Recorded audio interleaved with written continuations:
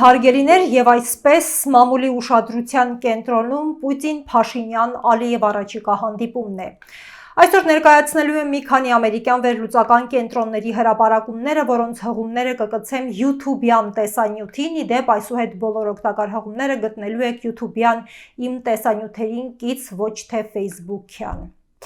Եվ այսպես ներկայացնելու եմ Responsible Statecraft կենտրոնի Դաուգ Բանդաուի հեղինակած 1945 կայքում տեղ գտած Մայքլ Ռուբինի հեղինակած եւ Ռոբերտ Նիկոլսոնի հեղինակած WNG.org կայքում հրապարակված հոդվածների վերլուծությունները, որ իմ անձնական կարծիքով բավականին հզոր են, ադեկվատ եւ անկողմնակալ։ Ռուսաստանը շտապում է մի քանի պատճառով։ Ժամեր առաջ հրապարակված հոդվածում գրել է ամերիկացի հայտնի քաղաքագետ վերլուծաբան Մայքլ Ռուբինը. 1. Թե Հայաստանի եւ թե Ադրբեջանի ներսում ներքաղաքական ու ընդգծված հակառուսական խմորումներ են ընթանում, եւ 2. Հայաստանի ու Ադրբեջանի միջև սահմանազատման խնդրով Ռուսաստանը փորձում է Արցախյան հիմնահարցը եւս դուրս բերել Մինսկի խմբի ձևաչափից։ Հայտնի է, որ Ռուսաստանն արդեն մեկ դար է ինչ փորձ է անում հաստատվել Արցախում, Լեռնային Ղարաբաղում, այժմ արդեն ռուսական խաղաղապահ առաքելությունն այնտեղ է եւ Ռուսաստանի գերխնդիրն է սեփական զորքերն այնտեղ պահելը։ Նոյեմբերի 9-ի պայմանագրով Հայաստանն ու Ադրբեջանը երկուսն էլ պետք է համաձայնեն, որ ռուսներն իրենց ռազմական ներկայության ժամկետը երկարաձգեն Լաչինի միջանցքում եւ ամերիկյան մամուլը գրում է, որ հայկական հողերը Ռուսաստանի կողմից մի տեսակ աճուրդի են հանվել հենց այն բանի համար, որ 4 տարի հետո Ադրբեջանը համաձայնի եւս 5 տարով երկարաձգել ռուսական զորքերի տեղակայման պայմանագիրը։ Առաջիկա Պուտին-Փաշինյան Ալիև հանդիպմանը չհրապարակված փաստաթուղթը որոշիչ է լինելու հատկապես այն տեսանկյունից, որ Հայաստանն իհարկե միջազգային կառույցների կողմից ճանաչված է որպես անկախ պետություն, բայց պաշտոնապես ճանաչված չէ իր ներկայիս սահմաններով։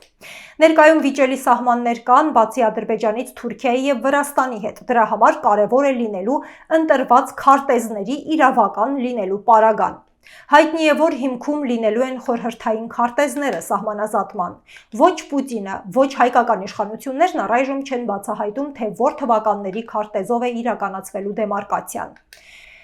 Ամերիկյան մտքի խոշորագույն ներկայացուցիչները գտնում են, որ Մոսկվան անգամ քննարկվելիք պայմանագրում չի մասնավորեցնելու, թե որ քարտեզի մասին է խոսքը։ Դա հետագայում հնարավորություն կտա Կրեմլին կրկին որևէ բանի դիմաց խաղարկելու Հայաստանին եւ Ադրբեջանին ըստ իրավիճակի։ Հայտնի է, որ խորհրդային տարիների եղբայրական պետությունների շրջանակում մեկը մյուսին տարածքներ նվիրելու պրակտիկա է գործել եւ խորհրդային քարտեզներն այս առումով տարբեր են ու չմոռանանք, որ հայկական պատմական Արցախը Ստալինի կողմից ուղղակի վերցվեց եւ տրվեց Ադրբեջանին, խորհրդային Ադրբեջանին իհարկե։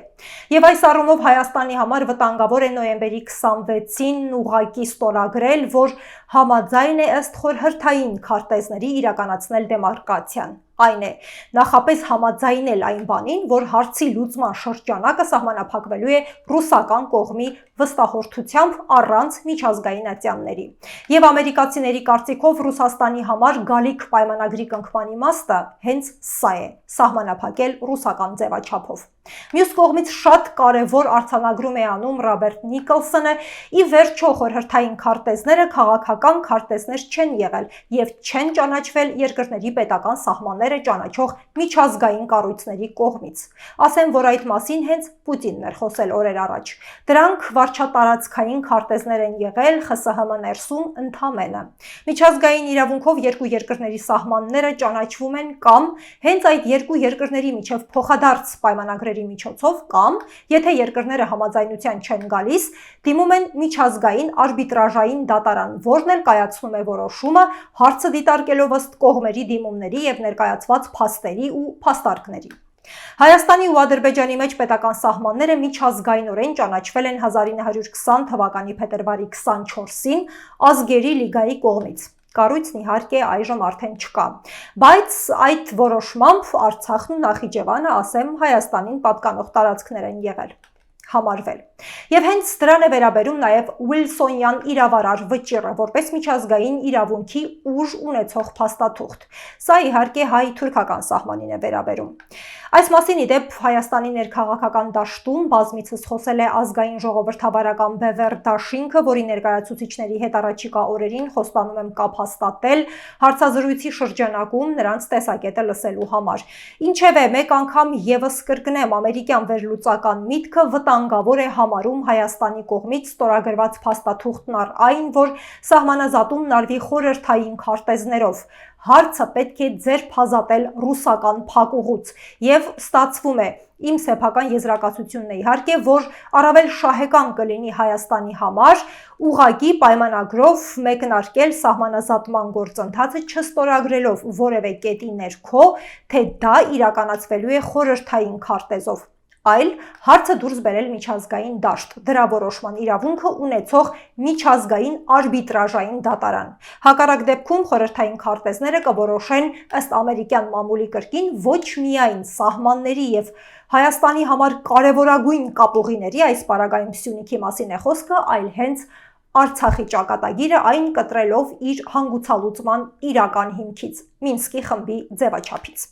Հիշեցնեմ, Պուտին-Փաշինյան-Ալիև հանդիպումը կկայանա նոյեմբերի 26-ին ուրբաթ Սոչիում։ Դիվանագիտությունը երբեք չի կաշկանդի բռնապետերին, եթե նրանց չստիպեն պատասխան տալ իրենց արածների հետևանքների համար։ Ահա այս խոսքերով հայտնի վերլուծաբան ամերիկացի Մայքլ Ռուբինը քննադատել է ԱՄՆ պետքարտուղարությանը Բլինքենին մասնավորապես Հայաստանին ու Ադրբեջանին համահավասար կոչեր անելու համար։ Եթե ԱՄՆ-ն թուրք-ադրբեջանական ագրեսիայի դեմը չառնի, դա հայ ժողովրդին կդնի հերթական ցեղասպանության վտանգի տակ, իսկ Ռուսաստանին հնարավորություն կտա առավել ամրանալ տարածաշրջանում, ամրագրում է Մայքլ Ռուբինը։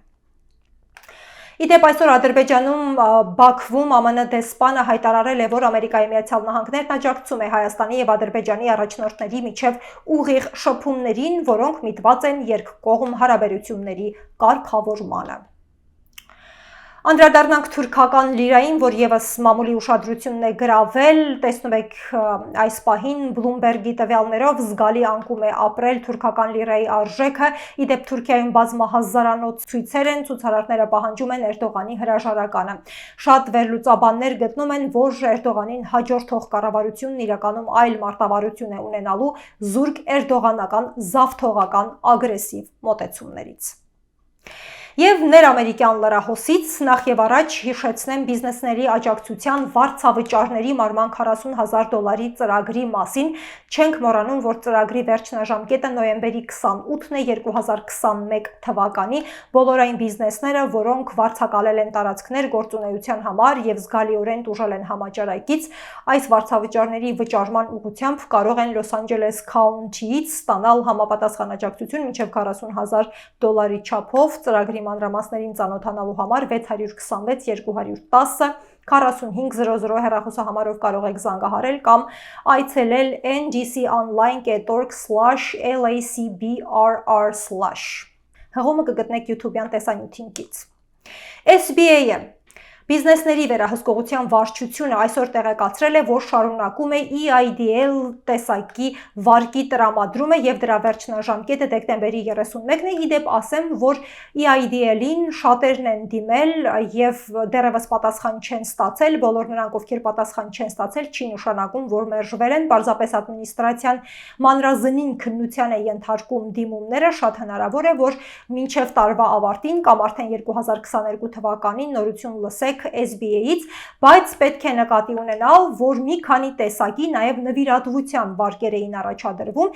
SBA-ի EIDL վարկն իրականում ետվճարման ենթակա է, բայց կար երկու ծրագիր, դրանցից առաջինը Supplemental Targeted Advance ծրագիրն էր, որին ուշադրություն SBA-ը նախատեսում է, որ պետք է դիմել ոչ ուշ, քան մինչև դեկտեմբերի 10-ը։ Այս ծրագրի պարագայում յուրաքանչյուր աշխատողի դիմաց մինչև $10,000 աջակցություն է նախատեսվում, սա նվիրատվություն գումար է, եթե ունեք 5 աշխատող $5,000 չափով, 8 աշխատող $8,000 չափով, բայց մինչև 10 աշխատողի պարագայում, այսինքն մինչև $10,000 կարելի է ստանալ։ Եվ կա երկրորդ ծրագիրը նվիրատվության EIDL Targeted EIDL Advance է կոչվում։ Այս ծրագրին կարող եք դիմել մինչև դեկտեմբերի 31-ը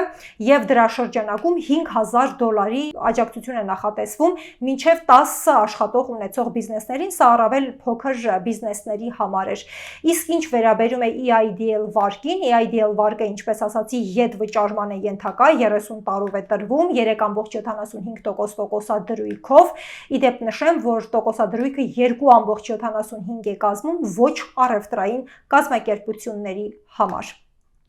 Եվ դեմոկրատներն այսօր հուսադրող նորություն են հայտնել կապված իմիգրացիոն դաշտի հետ, նրանք նախատեսում են, որ պարլամենտարիստականները, աջ թևի կողմնակիցներն այնուամենայնիվ հավանություն կտան իմիգրացիոն դաշտում բարեփոխումների ծրագրին, իսկ այդ բարեփոխումների ծրագիրը հնարավորություն կտա միլիոնավոր չփաստաթղթավորված իմիգրանտներին դիմել աշխատանքի permit կամ թույլատրագրերի, ինչպես նաև հնարավորություն թույլտվություն ստանալ ճամփորդելու եւ ստանալ դեպորտացիայից կամ արտաքսումներից ժամանակավոր օրինական պաշտպանություն։ Եվ պետք է նկատի ունենալ, որ օրինագիծն արդեն առաջիկա շաբաթներին կքննարկվի, հստակ ժամանակահատված դրա հետ կապված նշված չէ։ Ուղևորափոխադրումների հետ կապված Ամերիկայի Միացյալ Նահանգներն այսօր հայտարարել է, որ հունվար ամսից սկսած, մասնավորապես 2022 թվականի հունվարի 22-ից սկսած Ամերիկայի Միացյալ Նահանգների սահմանը ցամաքային տարբերակով հատող բոլոր անձինք պետք է լինեն պատվաստված, պարտադիր կերպով երկու չափաբաժիններն էլ անցած Johnson & Johnson ընկերության պարագայում բնականաբար մեկ չափաբաժին է, բայց դա վերաբերում է ոչ քաղաքացիներին, քաղաքացիները եւ green card ունեցողները դեռևս ուշադրություն կարող են մուտք գործել Ամերիկայի Միացյալ Նահանգներ ցանկացած տարբերակով, օդով, ջրով, ցամաքով, առանց պատվաստում անցնելու, բայց պետք է ներկայացնեն կորոնավիրուսի քննության բացասական թեստի պատասխանը։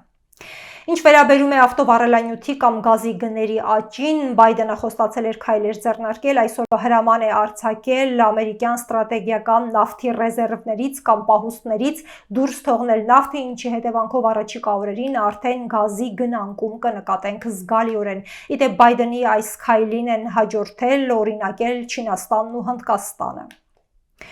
Բայդենը 300,000 ֆեդերալ պայմանագրերով կոնտրակտ ունեցող մարդկանց աշխատավարձը բարձրացրել է ժամական $15, ինչ վերաբերում է այստեղ Կալիֆոռնիայում, մասնավորապես Լոս Անջելես քաղաքին, պետք է նկատի ունենալ, որ 26 եւ ավելի աշխատող ունեցող ընկերություններում ժամական նվազագույն աշխատավարձը $15 է, Լոս Անջելես քաղաքին է վերաբերում, Գլենդել եւ այլն քաղաքներին չի վերաբերում։ Իսկ 1-ից 25 աշխատող ունեցող ընկերությունների պարագայում ժամական նվազագույն աշխատավարձը $14.25 է։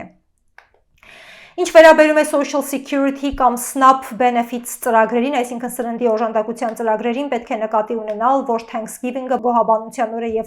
առհասարակ տոները հնարավոր է ազդեն դրանց տրամադրման ժամանակահատվածի վրա, եթե կան մարդիկ, որ պետք է ստանան այս օրերին, հնարավոր է այս աջակցության գումարները ստանան մի քանի օր ուշ։